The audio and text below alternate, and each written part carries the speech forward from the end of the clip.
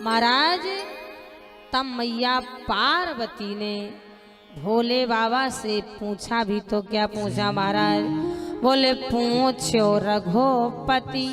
आहा, आज की कोई नारी होती और अगर विवाह होके पहली बार ससुराल पहुंचती तो पहले मिलन में अपने पति से खेत खलिहान घर द्वार के बारे में पूछती। और मैया पार्वती ने पूछा भी तो क्या पूछा महाराज? बोले पूछो रघुपति कथा प्रसंगा सकल लोक जग पावनी गंगा। कथा जो सकल, महाराज ने अपने लिए नहीं, कथा जो सकल लोके हितकारी और सोई पूछने चह शैल कुमार। जैसे ही मैया पार्वती जी ने पूछा तो भोले बाबा के पांचों मुखों से निकल गया धन्य धन्य गिर राजकुमारी, तुम समान नहीं को उपकार। जब पत्नी अच्छी मिल जाती है तो पति अपने ससुर जी को धन्यवाद देता है। अब पत्नी कहीं लड़ाकू झगड़ालू मिल जाती है तो पति कहता है न जाने मेरी कौन सी किस्मत फूटी थी जो ससुर जी फांसी को फंदा मेरे गले में बांधा। बोले बाबा बड़े प्रसन्न हुए, लेकिन माता पार्वती कह रही है महाराज सुनिए, कथा यहां से प्रारंभ है, अभी तक तो केवल महत्यम चल रहा है। माता पार्वती ने पूछा, श्रोता ऐसा होना चाहिए, ऐसा नहीं है महाराज जी कथा सुना भरत ने सुनाओ, ऐसे नहीं, पार्वती जी से सीखे। बोले बंदा हूं पद धार धारण शेर, विद्वान का सम्मान ऐसे। माता पार्वती जो कि पति थे पर अमूल चीज पूछ रहे थे। बोले बंदा हूं पद धार धारण शेर, विनय करई कर जोर, वर्ण हो रघुबर विमल जशो, श्रुति सिद्धांत निचोर। प्रभु जदबि जोशिता। महाराज वैसे मैं राम कथा पूछने की या सुनने की अधिकारिणी नहीं हूं, क्योंकि मेरे से पिछले जन्म में अपराध हुआ। जब आप बज ऋषि के यहाँ कथा सुनने गए थे, मैंने भगवान की कथा में भगवान पे संशय किया था, इसीलिए प्रभु ज्यादा भी जोशिता नहीं अधिकारी, दासी मने क्रम बचन तुम्हारी। प्रभु गोढ़ाओ तत्व न साधो दुराम, आरती अधिकारी तह पावे। अगर कोई आर्त हो, जिज्ञासु हो, पिपासु, क्यों माता?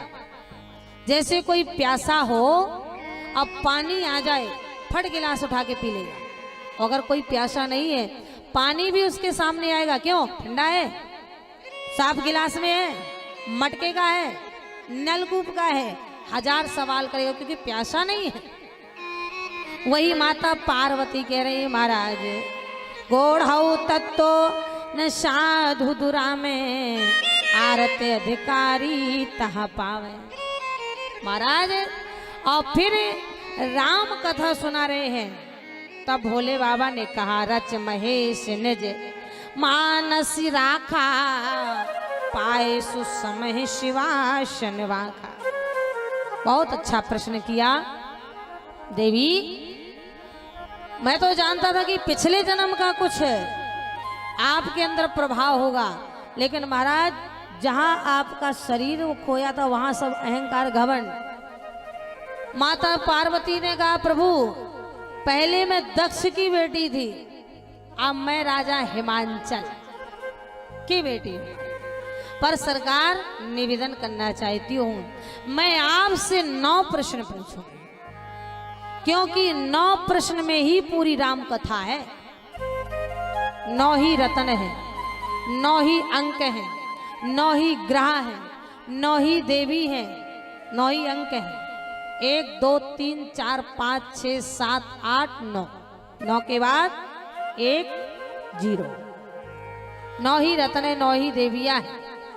इसीलिए महाराज पहला प्रश्न माता पार्वती ने पूछ लिया, प्रथम सुकारण कहाओ विचारी, प्रथम सुकारण कहाओ विचारी, निर्गुण ब्रह्म सगुण बपोधारी, निर्गुण ब्रह्म सगुण बपोधारी, पुण्य प्रभु कहाओ राम अवतारा, पुण्य प्रभु कहो राम अवतारा, बाल चरित पुण्य कहाओ उतारा, बाल चरित पुण्य कहो उतारा, कहाओ जथा जाने की विवाही, कहो जथा जाने की विवाही, राज तजा सो दोषन काहे, राज प्रजा को दूषण काहे।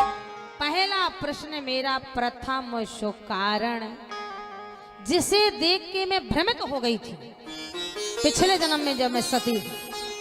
महाराज पहला मेरा यही प्रश्न है कि प्रथम सुकारण कहाऊ विचारी, निर्गुण ब्रह्म सगुण बपुधारी। जो निराकार है, निर्गुण है, उसने सगुण रूप से चक्रवर्ती सम्राट महाराज दशरथ के घर में जन्म क्यों लिया? क्या कारण था? बिन पग चलही, ऐसा है परमात्मा।